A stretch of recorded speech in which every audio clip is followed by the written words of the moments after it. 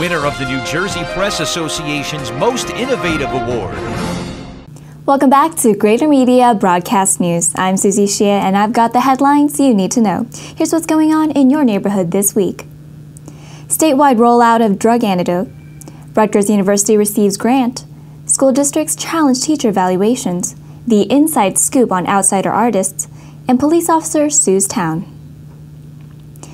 Police throughout New Jersey will soon be armed with a drug overdose antidote that many view as the first step in dealing with the state's heroin epidemic.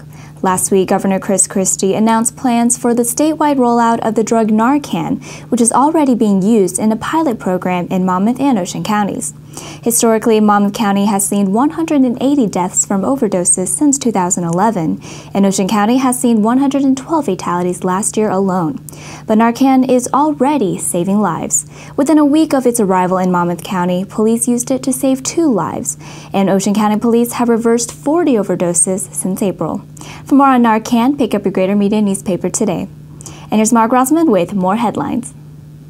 After 5 hearings spread over 8 months, the Jackson Zoning Board of Adjustment last week denied an application that proposed the construction of a private high school for Orthodox Jewish girls on Cross Street in Jackson. The proposal was to build the high school in a residential zone. Hundreds of residents put their objections on the record during the hearings, and last week, zoning board members finally had a chance to state their concerns with the proposal. In a unanimous vote, the zoning board members denied the application. The applicant will have the ability to appeal, but says he will take up to a month to make that decision. You can read all the details about this case in this week's Tri-Town News. Englishtown is facing a lawsuit from one of its very own police officers. Here's Jack Murtha. There's a storm brewing in the Englishtown Police Department. Police officer Michael McInnes filed a civil complaint in May against the municipality, commanding police officer Lieutenant Peter S. Cook Jr., and Borough Council President Marianne Krawick, who also serves as the borough's police commissioner. The complaint alleges that the officials took a number of retaliatory actions against McInnes over several years. His allegations range from everything from undeserved write-ups and suspensions, an unwarranted fitness for duty evaluation, and placing the officer in danger while on duty. Ultimately, McInnes alleges, the Englishtown officials have tried to nudge the longtime police officer out of his position. The bad blood first took a hold of the police department when McInnes ran against Cook for fire commissioner, the complaint alleges. From there, the situation only worsened when McInnes tried to expose alleged questionable acts committed by Cook, and concerns about the condition of department vehicles and manpower issues, the complaint alleges.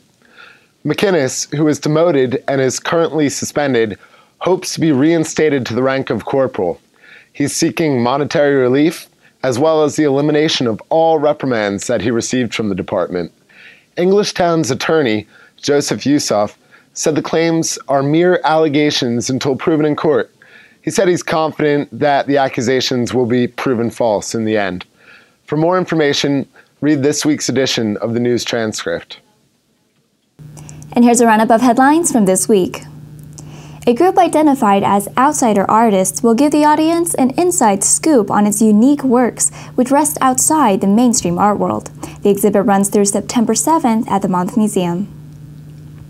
54 towns in the Raritan River Basin will benefit from a $1 million federal grant given to Rutgers University through the National Fish and Wildlife Foundation. The university will use the grant to develop flood mitigation projects for each town. The Matawan Aberdeen School District is seeking the state's approval to cut down on the number of required evaluations for tenured teachers. The district joins more than 30 other school districts that have also sent in a waiver application. Holmdel is expected to garner an additional $70 million in tax revenues after adopting a pilot agreement with the developer of the former Bell Labs property. The town is now expected to bring in $103 million in tax revenues over 30 years. For more on these stories, see this week's editions of Greater Media newspapers. And here's Tim Morris with some highlights from the local sports scene.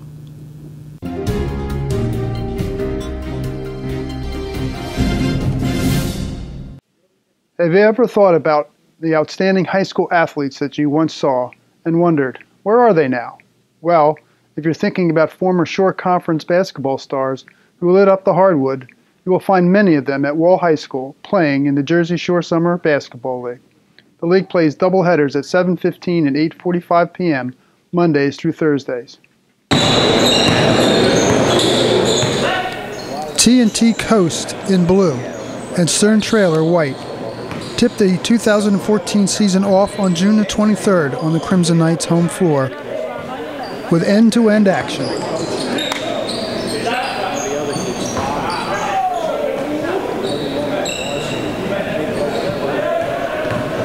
The rosters of the 8-team league are filled with former Scholastic stars, such as Freel Township's Manny Ubila, Christian Brothers Academy's Dan Werner, Raritan's Mike Almond and Karan Calhoun, Middletown North's Jason Ulberg, Monmouth Regional's Neil Thompson, St. Joseph Metuchen's Danny Bricks, and Colts Neck High School teammates Sean O'Reilly and Hunter Wysocki. Recent East Brunswick High School grad Amir Bell will be getting his first taste of the big time before he goes to Princeton University.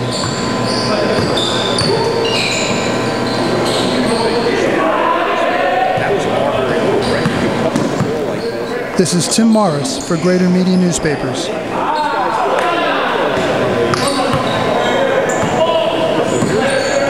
A hot air balloon took on more than just passengers this week. It carried the hopes of hundreds of children who suffered a tremendous loss. Kathy Chang has more. James Monroe Elementary School 5th grader Gabby Martini is the winner of the 11th annual PNC American Patriot Essay Contest. She had to write a short essay on what the American flag means to her. We've been doing this, as Howard said, for 11 years, and each one of those years we've had thousands of essays written by students across New Jersey.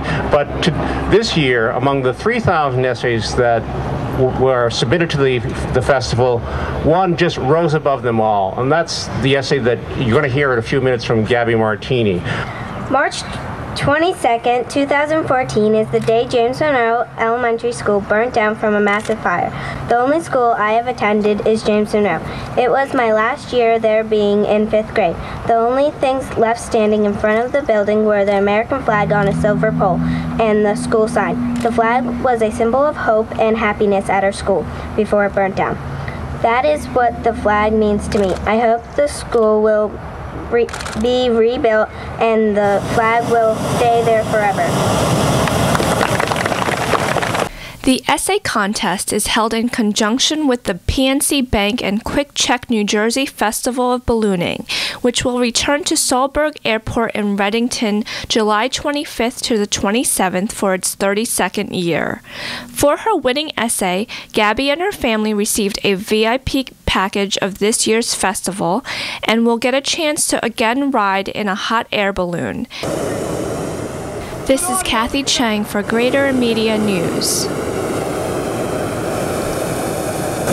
Summer may be all about sunshine and good vibes, but sometimes it's fun to take a walk on the dark side. And what is more sinister than the supernatural? Taylor Lear has the details on a ghost investigation team's upcoming visit. A unique and paranormal experience is coming to Howell this weekend. The Twilight Passage's Ghost Investigation Team is hosting an episode screening party of their show, The Nest. The event is June 28th from 6 to 9 p.m. at Our House Restaurant. The team is led by head investigator Sandra Foley. The Twilight Passage's investigation team travels across the tri-state area, teaching individuals how to conduct a successful ghost hunt. Tickets are $20 and includes buffet and soft drinks. The event also includes live music entertainment, giveaways, and raffles. Paranormal expert Scott Wiley will also be at the event, showing individuals how to conduct a successful ghost hunt with specialized gadgets and equipment. For more information, you can go to www.twilightpassages.com. For more in-depth coverage and additional stories through this week's editions of Greater Media Newspapers, you can also like us on facebook.com/Greater Media Broadcast News. I'm Susie Shea. See you next time.